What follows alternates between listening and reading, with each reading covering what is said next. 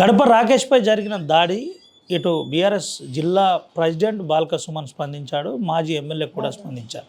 అయితే దీనికి ప్రేమ్ సాగర్ రావుకు సంబంధం లేదని మున్సిపల్ చైర్పర్సన్ ఉప్పలయ్య చెబుతున్న పరిస్థితి. అసలు ఏం జరిగింది, ఏం చెప్పబోతున్నారు, ఒకసారి మున్సిపల్ చైర్పర్సన్తో మాట్లాడించే ప్రయత్నించారు. అన్న, ఏం జరిగింది అసలు? ఈ గొడవకు ప్రేమ్ సాగర్ రావుకు ఎందుకు ముడి పెడుతున్నారు, ఏంటి అసలు? ప్రేమ్ సాగర్ రావుకు ఈ గొడవకు ఎలాంటి సంబంధం లేదు. కాంగ్రెస్ పార్టీకి కూడా ఈ గొడవతో ఎలాంటి సంబంధం లేదు. అది కేవలం వ్యక్తిగత కక్షల వల్ల రెండు గ్రూపుల మధ్యలో జరిగిన తగాదా. దాన్ని రాజకీయ లబ్ధి పొందడానికి మా దివాకర్ రావు గారు కానీ బాల్క సుమన్ కానీ ఎవరైనా రాజకీయం చేయడానికి ప్రయత్నిస్తున్నారని అనుకుంటున్నామే తప్ప దాంట్లో వాస్తవం లేదు. ఎందుకంటే ప్రేమ్ సాగర్ రావు గారు గెలిచినప్పటి నుంచి ఇప్పటి వరకు ఇంకా అభివృద్ధిపైన దృష్టి పెడుతున్నారే తప్ప ఇటువంటి చిల్లర రాజకీయాలు చేసే వ్యక్తి కాడు.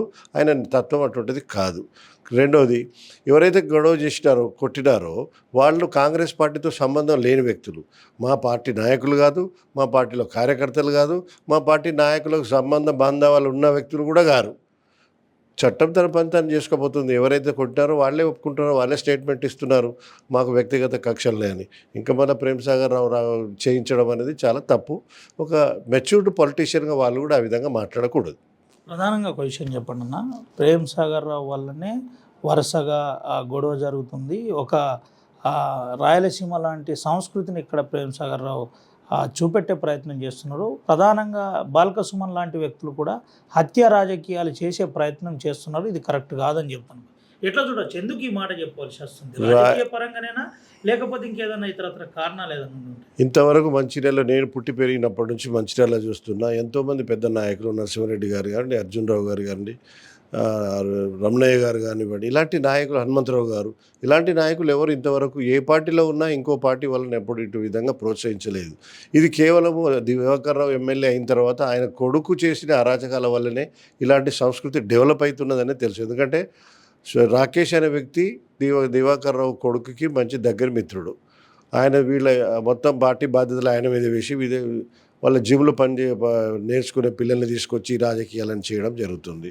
మనకు ఒక విషయం గుర్తించగల, మొన్న జరిగిన అసెంబ్లీ ఎన్నికల్లో మరి ఇదే రాకేష్ గారు రాయలసీమకి వెళ్ళి ఒక 15-20 మందిని తీసుకొచ్చి ఎమ్మెల్యే క్యాంప్ హౌస్లో పెట్టి ఇక్కడ అరాచకం సృష్టించాలని ప్రయత్నం చేసిన సంగతి జగమంతా తెలిసిన సంగతి.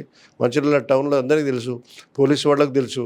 అయినా వాళ్ళు ఎలాంటి కాకుండా పోలీసు వాళ్ళు కట్టుదిట్టం చేయడం వల్ల అప్పుడు ఎలాంటి గొడవలు జరగకుండా సర్దుమణిగిపోయింది.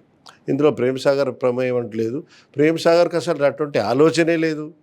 ఆయన ఎంతసేపు దృష్టి డెవలప్మెంట్ చేయాలో, ఒక మంచి పేరు సంపాదించుకోవాలని అనుకుంటున్నాడే తప్ప ఆయన ఇంకొక విషయం ఈ నాయకులు గుర్తించాల్సిందంటే, ఆయన మంచిర్యాల పట్టణంలో ఏ చిన్న ఇన్సిడెంట్ చేసిండని ఏ ఒక్కరు చెప్పినా మేమందరూ క్షమాపణ చెప్పడానికి సిద్ధంగా ఉన్నాం. ఏ చిన్న ఇన్సిడెంట్ ప్రేమ్ సాగర్ చేసిండని ప్రూవ్ చేయగలిగితే. ఎందుకంటే జనరల్గా పోలీసు వాళ్ళు ఎవరెవరు చెప్తారు, మొన్నటి వరకు దివాకర్ రావే అధికారంలో ఉన్నాడు, మరి ఈయన ఏమైనా చేసి ఉంటే ఆయన చూపించాలి కదా. కాబట్టి అలాంటిది ఏం చేయడానికి వీల్లేదు.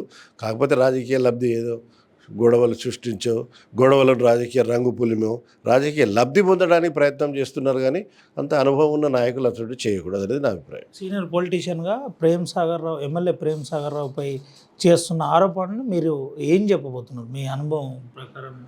ఇలాంటి ఆరోపణలు ప్రేమ్ సాగర్ అని కాకుండా ఏ నాయకుడి మీద, ఏ ఇతర పార్టీల నాయకుల మీద కూడా ఇలాంటి తప్పుడు ఆరోపణలు చేయడం బాగుండదు. ప్రజలు దాన్ని హర్షించరు, తిరస్కరిస్తారు. అది వాళ్ళు గ్రహించాలి. రైట్. Thank you.